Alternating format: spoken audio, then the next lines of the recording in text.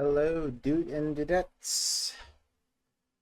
I just saw that there was a new video of Dragon Age the Veilguard, and we are gonna look at it and dismantle it a little bit, or at least react to it.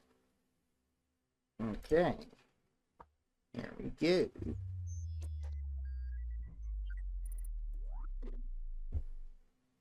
What's up, everybody? I'm Kat Bailey, and this is our extended look at Dragon Age the Veilguard's gameplay. Wait, why does it look so choppy? That shouldn't be. Okay. I'm here with BioWare lead developers Corinne Bush and John Epler. Corinne, what are we looking at today? Hey y'all, so today we're going to be helping out one of our companions, Davrin. This is part of his personal arc. One sec. Some stream didn't load or something. To rescue the griffins long thought extinct. We're going to take a quick journey through the lighthouse, your base of operations. We're going to head into the Oh, this is your base of crossroads and operations. make our That's way to kind of the cool. dark swamps of Hossberg wetlands. So you're in the lighthouse, as Corinne mentioned. This is your base of operations that you inherited But they're willingly or unwillingly from Solus. It like, is located. the quality of their video is really bad. Like, I hope that's not the game's quality, because here everything just seems fine. This seems fine. Well, I think it's just their gameplay footage. They just uploaded badly. In the Fade, it's where Solus was able to start planning his rebellion against the Elven gods millennia ago. Right now, you and your team have occupied it, started to build it, started to shape itself around your personality. As Corinne mentioned, we are going to go talk to Davrin, who is located up above, and each of these spaces kind of shapes itself around your companions as they live there, as they basically spend their arcs in those rooms. Like, the area actually looks kind of cool. Like, I'm assuming it's in the Veil, right? That's what they said too. You hear the glowing light above indicates Davrin's ready for us. Let's check in with him. Oh, that's dumb. I don't need that indicator. Something wrong? Got a message. Place called the Cauldron was attacked. That's some sort of Grey Warden tavern. It's a secret Warden readout. No idea what goes on there. Then why are you involved? Because whatever attacked it sounds like the Gloomhowler. So earlier in Davrin's arc, you were introduced to his nemesis, the Gloomhowler, a creature that's been hunting and stalking wardens for quite some time. It's kidnapped a bunch of other griffins. It's a bit spoilery though, but okay. So we're gonna go find this and go track this thing down. Now, Davrin, he prefers the direct approach. We're going to choose a tough response and see if we can get his approval. Then let's get rid of it. Had the same thought. What's left of the Wardens are still licking their wounds. So Like, we handle wait, this alone. weren't both options, like, kind of good? Like, what's your plan? Like, wouldn't that... Like, how would you not get approval from that? Like, it just seems kind of weird. Still licking their wounds. So we handle this alone. Just go to the Cauldron and get the Griffins back. You have to promise to behave, boy. Listen to every word I say, stay out of trouble, don't do anything dumb, and don't eat any. I think we get the point. Lancet and Remy told me there's a word for the bond between a Griffin and Warden moving as one. The character looks... Like, the player character looks a bit off. I don't know why. I have to say that I Like, find the Griffin... There's, like, no complexity in the skin. Like, it just looks kind of weird, doesn't it? And adorable? And very importantly, I know this is a question on everyone's mind. Yes, you can pet Asan. Well, thank goodness for that. And Wait, all the right, pet what is... are we going to be doing the next? Griffin is called a song. All right, we're going A to finish song, getting this okay. information from Davrin on the Gloomhowler, and we'll be off to Hossberg in the crossroads. Between Warden and Griffin starts by having faith in each other. Maybe. I suppose you were born for this sort of fight, boy. All talons and temper. And a sharp tongue to remind you of it. as long as he backs it up. So I assume that a song can be helpful during the gameplay? Oh, absolutely. In fact, a lot of Davrin's abilities Okay, let's revolve go around into the calling a action. song in the heat of battle. I in particularly love when you're going against enemies. You see a song swoop down, especially if it triggers a combo between your companions. It's critical. One of the interesting, fun things we've done is if you see the lights on in a room, companions have something to say, you can The way the character walks just seems kind of stiff, just like in Dragon Age Inquisition. I hope that's well, it's probably gonna just be like that, but I hope it's gonna be better though. see Harding up in that space there, Nev behind you as well, and Belara. But we have a mission ahead of us. We're going to go find the Gloom Howler if we can, and we're going to go through the Crossroads in order to do that. And the Crossroads, if you've played previous Dragon Age games, Trespasser in particular, is a location in the Fade that contains a number of alluvians, allowing you to travel across Thedas in a matter of Okay, you have to minutes. But manually at go this point, to the your Crossroads are under assault by alluvian. the other elven gods. So It's a dangerous this, place, and we are going to be in okay, so from this I can gather that that all of the content or missions are like actual instance missions, or at least the places you go to. for a bit of a fight. And this alluvian, the Vir of Voss, is the central. They did focus say point of that, the right? lighthouse. Like This is gonna earlier, take like us to way earlier. Solas's pocket area of the Crossroads, and it might look a little bit different from what you've seen in Trespasser. Can you tell us a little bit about the role that the Crossroads plays in the structure and the gameplay? Yeah, so the Crossroads is, again, it's the area that you spend a lot of time traveling through as you go from area to area. He's playing a It's also a mage. space that has, at one point, I assume. served as Solas's main base of operations and Wait, is that a staff or a mace? That could be either, right? training ground for his rebellion think against it's a the elven staff. gods. So as you go through it, you're going to find fragments of the past, the things that Solas had done previously that are going to give you a bit of insight into Solas as a character, but also into the elven gods and their motivations. That's Some of kind my of cool. favorite content that you'll find if you go exploring in the Crossroads is these opportunities to actually relive some of the memories Solas had during his rebellion. Oh, that's You really actually cool. Get to take part What the fuck? in this. That's kind of cool. That's, bro. They stole this from God of War. Like, basically, you have to give like the ferryman, or the ferryman, like a coin to go to the, well, underworld. That's the word I was looking for. And it's kind of the same thing, but then, yeah, you just have one to go to your mission. Ancient road. That's kind of cool. And here we have the character. I wonder if it mysterious actually. spirit that was actually here before Solas was. Oh, okay, and yeah, it started fades to out. Help Yeah. Solas with his rebellion, but also to turn this into a safe haven for spirits. Again, as I mentioned before, the gods are assaulting the Crossroads, so it's no longer the safe haven it once was. But you're going to work with this caretaker through quite a large amount of ancillary content to rebuild this into that safe home for these creatures. That if anyone knows Solas, he has a tremendous amount of affection for spirits. All right, now we're gonna get into combat here, and this time we're playing as a mage.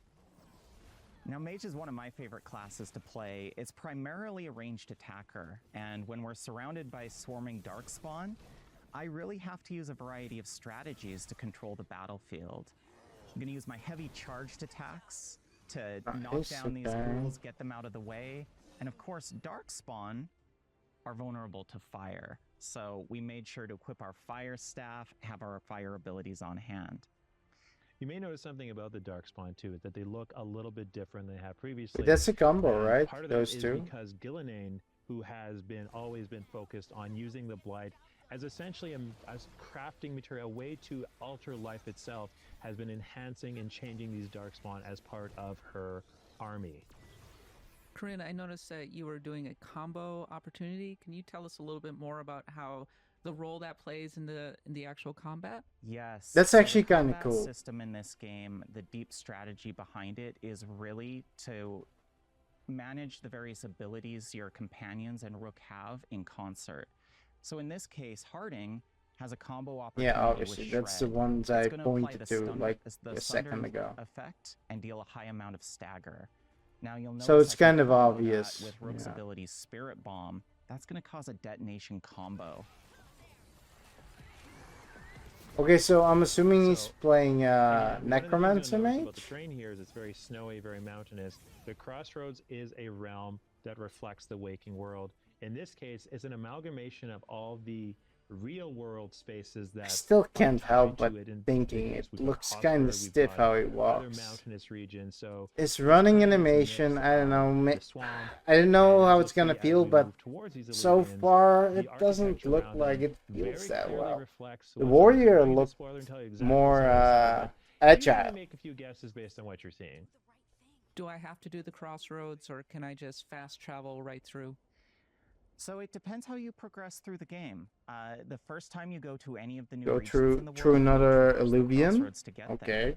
Subsequent times, we of course support fast travel, but it behooves you to actually go back and explore the Um, like, so you travel to an area and you kill a few darkspawn. Like this was literally like 4 minutes of content or 3 minutes, and then you go through a fucking Illuvian again. At least it's not a full-on loading screen. crossroads is some of the deepest Wait, how secrets. fast was that First actually? time you go to any of the new regions in the world, you'll Is it traverse the actually like crossroads to get there. instantly?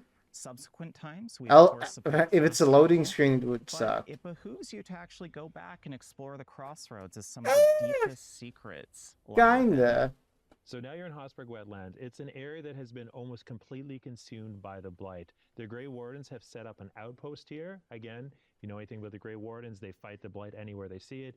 And they're noticing something strange is going on here. The blight is not behaving as they expect and do and as it historically has. So they've set up shop in this Okay, place so called they did Lavendale. different And shit you with are the here blight. to work with them, help them out, and help them find an answer to the questions about the blight that they're asking. Tell me a little bit more about this area. It looks a little bit like a hub where you can get a lot of quests and things like that. That's right. So here we find one of the bases of the Grey Wardens. So you'll see they've really built up a small fighting force here to hold off the Darkspawn.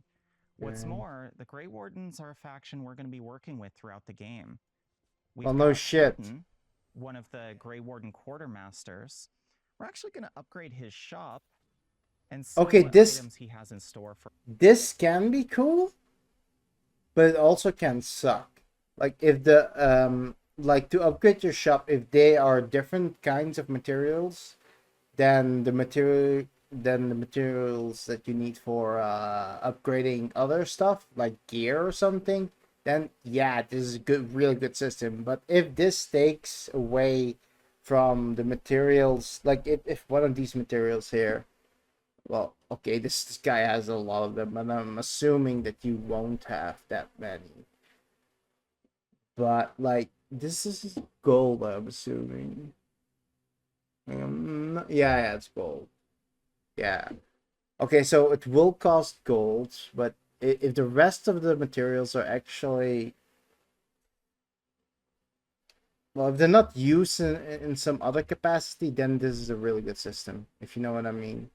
Else it's like, oh fuck, I need to upgrade my shop, or that specific shop. That's the feeling I'm getting. I hope it's like not the same materials as that you need for your armor, but we'll see. For us, see if maybe it gives us an edge in combat. Well, they actually don't say. And the Well, Grey not Wardens, yet, much like the other anyway. factions, they understand the stakes of the gods being out. They want to help you, but you need to help them first. They have, again, as Kryn mentioned, they're holding off the Darkspawn here. They have other priorities, so getting them more powerful allows them to more meaningfully contribute to your fight against the Elven gods. So where are we going next? All right, so we're heading out of the Grey Warden Fortress into the small town of Lavendale. Now, this used to be a beautiful place full of life, flowers, and you can see what effect the blight has had. But the residents are still here. They're trying to make the most of their lives. and you can see there's plenty of opportunities to help them. There are a In lot of fact, we're gonna quickly quests. check in with Finn the physician and see what he has in Yeah, store I'm for like, I us. actually want to see what So that Flynn, means. again, one of the focuses of this game is characters, not causes. I've been busy with patients, but I'm short on medical supplies. My mentor, Oscar. he Fetch should have quest. some. He has a cabin outside the village. If you're out there, tell him you saw Flynn, and they 100% fetch quest. That's a fetch quest. Even though I don't know, like like I thought they said like everything was handcrafted, but that sounds like a fetch quest. could use his help.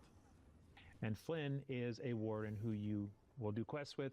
We wanted to make sure that the side content of Dragon Age of the Veilguard felt as meaningful and tied to the overall conflict of the game as anything else you do. We don't want you to just go off and do random tasks.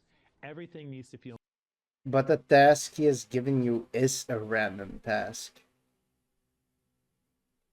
Like, yeah, you literally have to go fetch something. Like, maybe there are enemies, but it's literally fetch whatever he asked for. I already forgot. Meaningful, either contributing to your fight against the gods or contributing to the growth of your companions and the factions that you need at your side to stop the gods. You look a bit worried. We're not sure where some of our wardens are, Beckett and a few others. We're supposed to check in. We need to look out for each other more than ever. It's just, I know they took Weishaupt hard, and I hope they're okay. All right, so we picked up a couple of quests in Lavendel. So something happens in but we're Weishaupt, here to help which we Davrin. saw So in we're the gonna make our previous way through video. the perils of Hossberg and try to get to this warden fortress of the Cauldron. Seeing a lot of kind of organic matter. I suppose that's the blight. Absolutely. So the blight at this point, as mentioned before, the wardens understand it's changed. It's become a lot more organic, a lot more alive. You're back in Dragon I do Age like 2, that the Inquisition, mage's Origins. The dodge blight, is while it was teleport. a slow-moving wall, it didn't have this almost sentience, this almost thought behind it. I do think And it's obviously we've talked about how the maybe gods it's, that are out it's are blighted. just a character That being probably big. has something to do with it, and it's made this area far more dangerous than it would have been before. And you might notice as we get into combat with some of these dark spawn that they do look a little bit different than before, and that's very intentional. Gillenane, the god of monsters, she uses blight like a medium to sculpt and warp Oh, that's their dark spawn to do explanation. her bidding to serve Why they suit look her different. purposes. Okay. Serviceable So explanation. right now you'll see a couple of Hurlocks, one with some pretty disgusting growths on its back.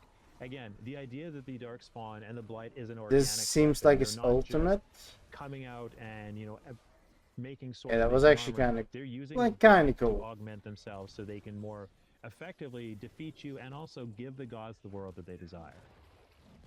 All right, now I'm actually going to switch to my Orb and Dagger on the Mage, and those of you that were fans of the Knight Enchanter in Dragon Age Inquisition, you might feel right at home with this. This is a more melee-focused, more agile version of the Mage. One of the main mechanics here is you can use... Not gonna lie, I think they should have stuck with well, they should have stayed, I mean, with you know, just staff for a mage, in my opinion. Like, that's just the way it is. Because if you go, well, I'm assuming that the dagger and the orb are separate items. If it's just one item, then okay, fine, I guess. But why? I was gonna say, why does the mage only get 2 weapons? But it's basically every class. Okay. Yeah, okay. They probably just did that because every other class has multiple weapons. Like the warrior can use sword and shield, a dual wield, and two-hander. And the rogue can do dual wield as far as you know, and the bow. I don't know what else they have. So I guess they just did it so that the mage at least has 2 options. use this elemental orb Still to don't really apply like it. stacks of Although elemental damage to the enemy, the orb and then looks kind of unleash cool. them with your dagger to detonate them. So, again, we're in. By the way, this notice guy that sucks, there are man. black Like, what the holes. fuck? Darkspawn aren't just coming out of nowhere. The Blight is spawning them. Again, part of Gilneain's attempt to turn this into an army for the gods is to use these Darkspawn, not just, again, whereas you have the Venatori and the Antam, one case representing magical power, in the other case representing physical strength, the Darkspawn are representing overwhelming force. That was a pretty clutch heal a little earlier. That's by the kind of way. cool. You That know, we've beam. talked at length before that our fans have asked us, where is the healing magic? Can you bring it back? And Nev in this What game, does happy what does electric armor mean? Is that your profession? It just seems weird. Or did the electric armor like buff you or something? What does this mean? to oblige with a kit of healing spells. So one of the interesting things that I love about our companions is each of them, their abilities, the way that they're built, they're very thematically appropriate to the character. They're very focused on making sure that the gameplay and the narrative are as closely aligned as possible. In the case of Nev versus Blar versus Amrik, our mages, each of them has a healing ability that is thematically appropriate to them. Makes sense when you know them as a character. Watching you play, I'm struck by sort of the size and the scope of this particular area. It seems like there's a lot of exploration that I can be doing right here. That was really one of our goals with these areas. Of course, we are a mission-based Yeah, game, but we to be fair, yeah. Like, it's not a big area, but they at least put some stuff like, yeah, like a chest over there that you just picked up. Yeah. They did, like, didn't they say that the game was gonna be shorter too? But more replayable? I actually prefer that kind of, like, I don't want another Inquisition. I actually like it. If they make it like just a 15 to 20 hour experience that you can replay over and over. really emphasize player autonomy. You can revisit these spaces. They're full of Well, secrets, 30 puzzles, hours. some pretty 30 hours. incredible bosses and treasure. And The of course, fuck is as we that? saw earlier in Lavendel, some really narratively rich side quests. One thing that's interesting is you'll find we're going on a quest for Davern, but Davern is not currently in our party. That's because Davern Wait, what the fuck? has gone ahead of us and is waiting for us at the Cauldron. This That's is, a again, blight? we want the followers, the companions, to feel like they have autonomy, and while they won't complete the quest on their own, they will go ahead and get things ready. So when you get there, you can have you talk to them, you have a conversation with them, and it feels like they are as invested in the success of their. I do feel they're retconning the word blight. Like, oh, there's blight everywhere. Like a blight. Like if for everybody who has played Dragon Age Origins, like the blight is when there is an archdemon, and then all of the darkspawn come out of the deep roads, and that's the blight. They are the blight. And they're like redefining what the blight means. Yes, okay, the character Gilneain kind of wields the blight, so yeah, they have a good explanation, I guess, for that, for changing it. But it's still a little bit of a retcon. Journey their stories as you are. This looks like a pretty contiguous zone, is that right? It is, yes. So it's full of branching paths, different areas to explore. And what I love is the more content you do in the area, the more shortcuts you're going to discover. You're really going to have a lot more flexibility in how you navigate between your. You have a missions and map, quests. not a mini map. Well, I think something really interesting Besides too, about the way minimap, our I mean. team has built these spaces is there's the idea of each space has its I own really story wanna to know tell, that. And while those quests, you know, we talked earlier about those quests and side quests being narratively relevant, they also contribute to a more of a meta narrative, meta story about the space itself. So in the case of Hosper, we talked about how this is an area surrounded by blight, and you're kind of getting to the center of what exactly is going on in Hosberg and Lavendel. Again, surrounded by blight. That would mean by an army of darkspawn normally, but surrounded by blight right now is actually like pustules and shit like that. Yeah, well, it could be cool, but it's a bit of a retcon though. And these quests that you do and the content Corinne is currently engaged in helps to tell that story.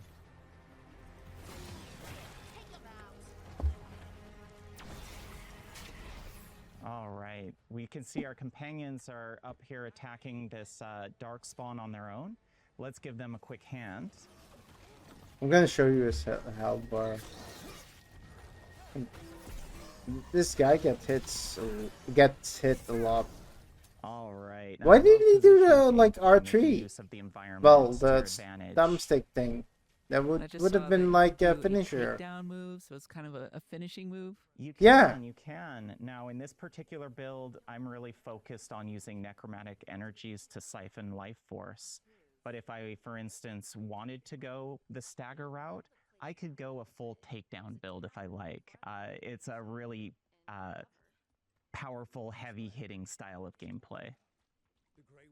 All right. Okay. So you'll notice Davern is waiting for us. So let's see what he has to say. I mean, that's kind of cool. The song flies in. Yeah. Not gonna lie, it's actually Call kind them. of cool that you can What like, could do that? And what have about them different hiding play inside? styles, even if you're So just a something tore mage. through the gate. That's probably not great.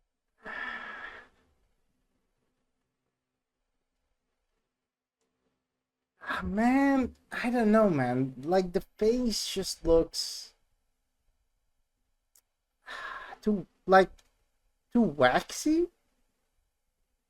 Like, I think in the first trailer that they showed of Rook, with the Black Rook, that one actually had like didn't look as waxy as this one. I think this is a badly made character. Or it might be the lighting. I don't know. I haven't seen a good shot of this character so far. Like, I really hope it's not all gonna be like that. Well, we've always seen that. Well, at least the black, if you're a black guy, that you don't have that shit. Looks like we should probably get moving. We won't find out standing around here. Be ready for anything.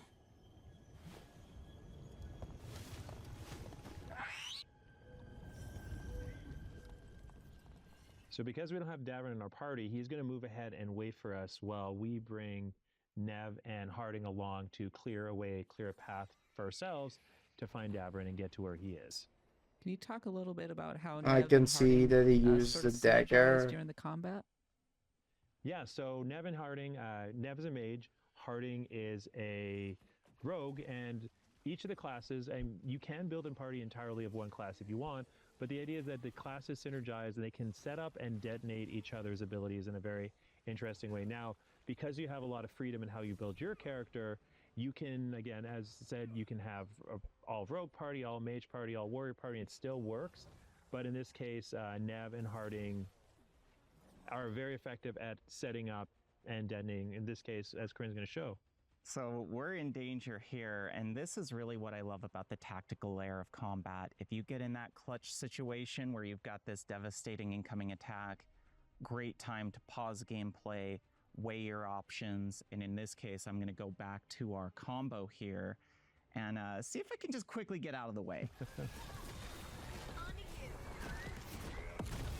He didn't move. All right.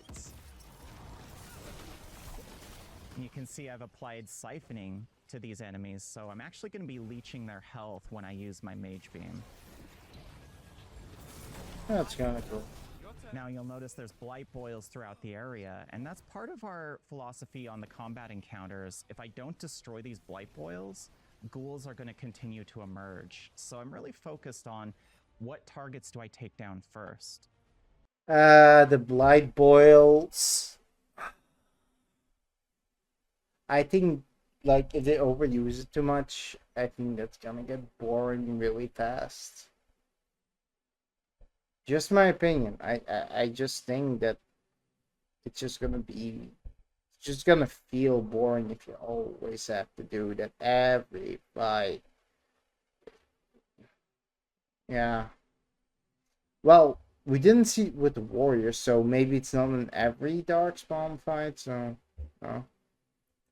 This enemy is a little bit weaker. I think I'm going to have my companions focus on them while I deal with this grenadier that's given me some problem. Yeah, I will say, and that's no, I'm not on the stick. Kryn is much Dude, better. look this how game low than his I am. health is, man. This Dude, can- learn to Say- play. What the Well, fuck? Most of the time, yes, 100%. But each enemy, again, really leaning into the organic. What I love about the Grenadiers is they basically rip off pieces of themselves and throw them at you, which explode. How is he not dead? Again, really leaning to the He has idea no that health. is organic and disgusting. One thing that I'm noticing is that the combat encounters can get pretty intense. You end up fighting a lot of different enemies. You can absolutely You're not die fighting if you're that not many. careful. Come on, you just suck at Yes, the and this, game. as we mentioned earlier, this is well into the game, so combat counters have really ramped up. He's And it lucky really that shows didn't the hit him. importance of positioning, using your companions wisely. Let me guess, he's and gonna looking die. for those Dude, synergies what the and fuck? He got combos. hit when he did the health. Now, this is interesting. We just went down. We've built our companions to be able to come to our aid. So we're actually going to use a revive here Okay, he did that on purpose. and move to the rescue.